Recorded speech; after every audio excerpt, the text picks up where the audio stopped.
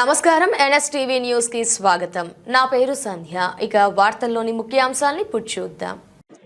కరీంనగర్ జిల్లా హుజూరాబాద్ డిపో నుంచి పోలీస్ రక్షణలో రోడ్ పైకి వచ్చిన బస్ అడ్డుకోవడానికి యత్నించిన ఆర్టీసీ కార్మికులు, డ్రైవర్ కు చెప్పులు చూపుతూ నిరసన తెలిపిన వైనం.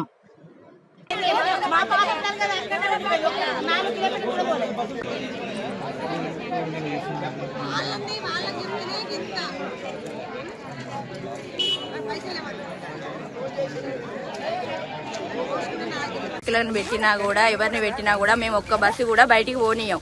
ఎన్ని రోజులైనా ఈ ఉద్యమం చేయడానికి రెడీగా ఉన్నాం. మేము అయ్యాం sir. Revanth Reddy sir CM గారు, పొన్నం ప్రభాకర్ మంత్రి గారు, మాకు కొత్తగా మీరు చేసేది ఏం లేదు.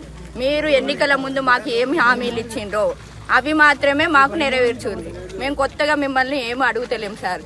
గంతే. మాకు మహిళలము డ్యూటీలతో సఫర్ అవుతాను. మస్తు 8 గంటల డ్యూటీ అనేది దాదాపు మేము 12 గంటల డ్యూటీ చేస్తాను. మాకు ఒక డ్యూటీకి అనేది మాకు టైం లేదు, ఏం లేదు, టైం లేదు.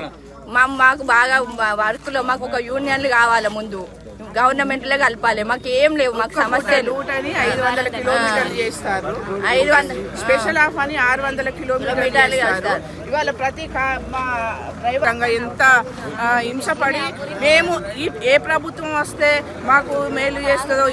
మేము కాంగ్రెస్ ను అందరం ఏకగ్రీవంగా మేము కాంగ్రెస్ పార్టీ వాళ్ళం అందరం ఓట్లేసినాం సార్. మేము గెలిపించుకున్నాం. వాళ్ళు చెప్పినాయే కదా సార్, ప్రభుత్వంలో విలీనం చేస్తాం, మాకు యూనియన్లను ఇస్తాం. ఆయన ఒక రాష్ట్రానికి తండ్రి లాంటి వారు సార్. ఆయనే మాట తప్పి మమ్మల్ని ఈ విధంగా సమ్మెకు దిగేటట్టు చేసిండు సార్. ఆయన మమ్మల్ని ఒక పని వేళ లేదు, ఒక టైం లేదు. ఇప్పుడు 3 గంటలకు జరిగేదాకా పోరాడతాం, న్యాయం జరిగేదాకా పోరాడతాం. అవసరమైతే ఇక్కడ కాకుండా అక్కడ మంత్రి వర్గం అక్కడి వరకు కూడా పోతాం, సీఎం దగ్గర దాకా పోతాం సార్. మేము చూసి 2.5 సంవత్సరాలు అవుతుంది పార్టీ వచ్చి ఇప్పటి వరకు. తెలంగాణ ముఖ్యమంత్రి గెలిచి ఇప్పటి వరకు మా గురించి పట్టించుకోవాలి. దయచేసి మమ్మల్ని పిలవండి, అక్కడికైనా అసలు చేస్తాం. ఇప్పటి వరకు కష్టపడే వాళ్ళకు న్యాయం చేయాలి. ఒకసారి చూడండి సార్, మా మొహాలు చూడండి సార్. ప్రతి ఒక్కరికి ఏదన్నా ఒక లేకుంటే లేదు, జబ్బులు లేకుంటే లేదు. ప్రతి ఒక్కరికి బీపీలు, షుగర్లు, ఎండ లేదు, వాన లేదు, ఏది లేదు. మేము ఏది అనకుండా కష్టపడుతున్నాం. మాకు న్యాయం జరగాలని మాకు సక్రమమైన పని గంటలు కావాలి. మాకు ప్రతి డిపార్ట్మెంట్ లో ఈ రోజు యూనియన్లు ఉన్నాయి సార్.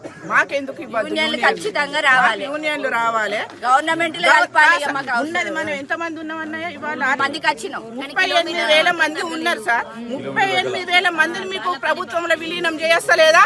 ఇవాళ ప్రతి డిపార్ట్మెంట్ లక్షల జీతాలు తీసుకుంటాను.